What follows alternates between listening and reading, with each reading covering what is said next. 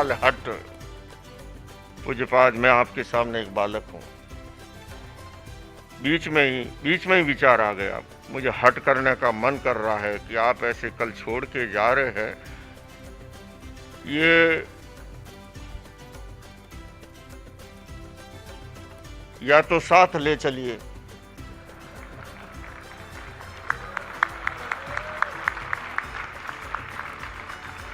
खैर, जजमेंट पूज्य लोकेश जी महाराज जी के पास और हम्बलनेस बापू जी के पास, ये हमारे जीवन का एक सूत्र बन जाए तो जीवन में हम बहुत आगे बढ़ सकते हैं। जय सिया राम। प्रणाम।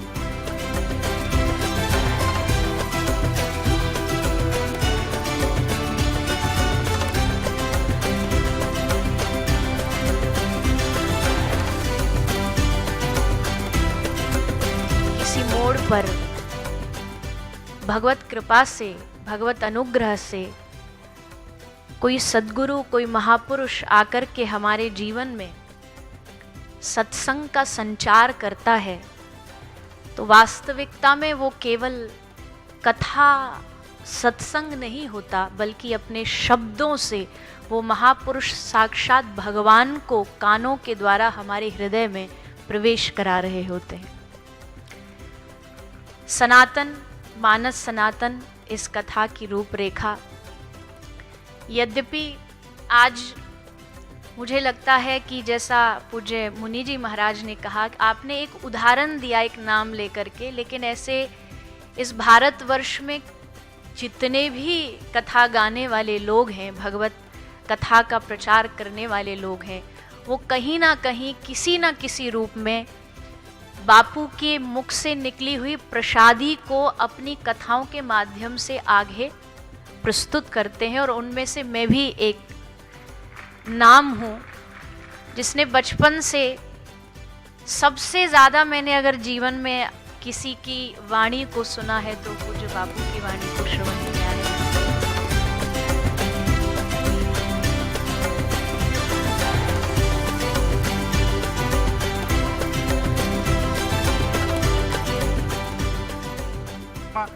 जब तक रहो जगत में सोचो, क्या करने तुम आए हो, और जितने काम मिले हैं तुमको क्या सबको कर पाए हो।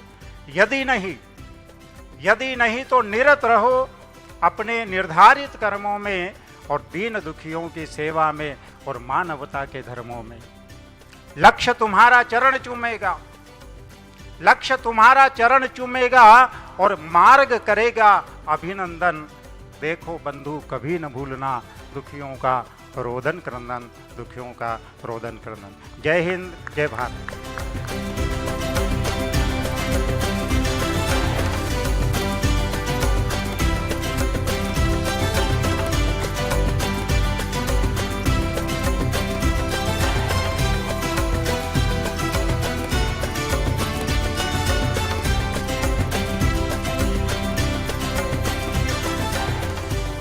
लोकेश मुनि जी के साथ मैं पीछे अभी जैना में गया था, शिकागो, तो मुझे 3 दिन इनके साथ रहने का मौका मिला। तो पूरे जैन धर्म के सारे नियम कि सूरज डूबने के बाद खाना नहीं खाना, एक टाइम पे बड़ा आहार, बाकी सिर्फ फलाहार।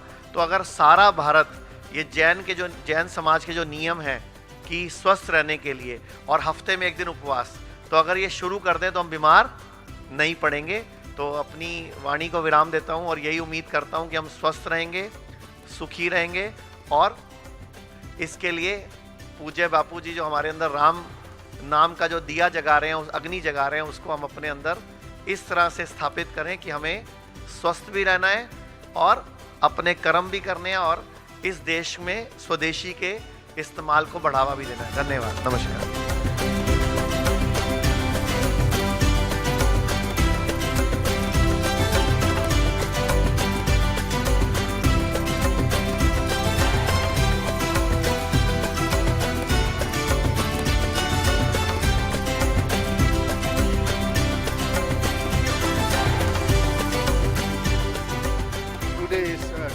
truly ऐतिहासिक हिस्टोरिक डे है। भारत मानता ये बिल्डिंग का नाम दिया है, उस नाम के अनुसार ये चल रहा है। इस बिल्डिंग में, इस कॉम्प्लेक्स में बहुत से एक्टिविटीज़, बहुत से सेमिनार कॉन्फ्रेंस चलते रहते हैं। लेकिन जितने भी कॉन्फ्रेंस सेमिनार क्यों ना हो, यहाँ पर अगर हमारे परम पूज्य मोरारजी बाबूजी यहाँ आकर के ये जो राम कथा चल रहा है वो नहीं होता तो ये जितने भी यहाँ प्रोग्राम होता अधूरा रह जाते हैं। अभी आज पूज्य गुरुजी आकर के इनको भी ब्लेसिंग्स दिया है, ब्लेस किया है ये जो भरत मंडप कॉम्प्लेक्स में है। उसके लिए मैं तमाम बौद्धों की ओर से on behalf of the Buddhist world like to express our thanks gratitude to हमारे Acharya Lokesh Muni ji for organising this mega historic event.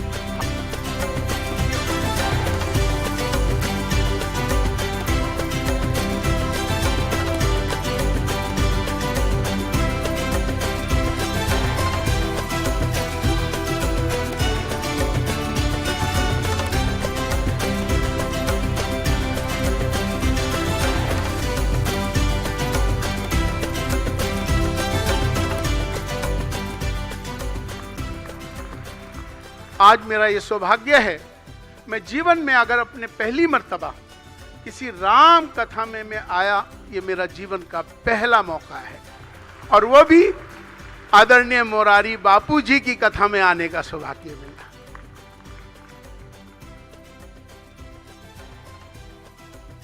Ram को मानते हैं मगर राम की नहीं मानते, गीता को मानते हैं मगर गीता की नहीं मानते, कुरान को मानते हैं मगर कुरान की नहीं मानते, मोहम्मद को मानते हैं मोहम्मद की नहीं मानते। इस राम कथा से जो आप लेके जाएंगे, इस सर्वधर्म के तमाम सब लोगों के बीच में जो लेके जाएंगे, वो यही जाना है कि अब हमको मानने वाला होना है।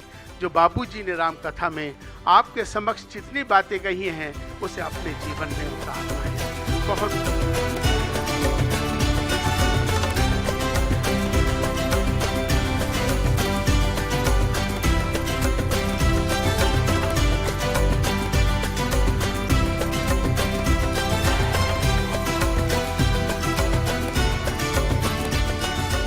आज बहुत मन प्रसन्न है कि मुरारी बाबूजी के स्वयं दर्शन कर रहा हूँ और कथा में भी उपस्थित हुआ और विचार सुने, मन गदगद हुआ।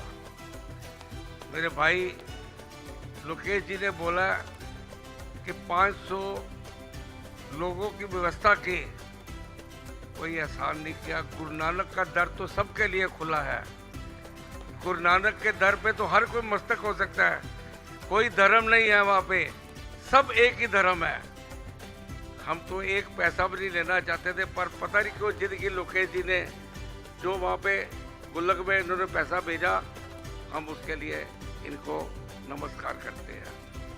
पर गुरु का लंगर जो गुरु नानक ने 20 रुपए का शुरू किया था, वो आज भी लंगर खुल के चल रहा है। वो लंगर ही है जो गुरु घर में चलता है।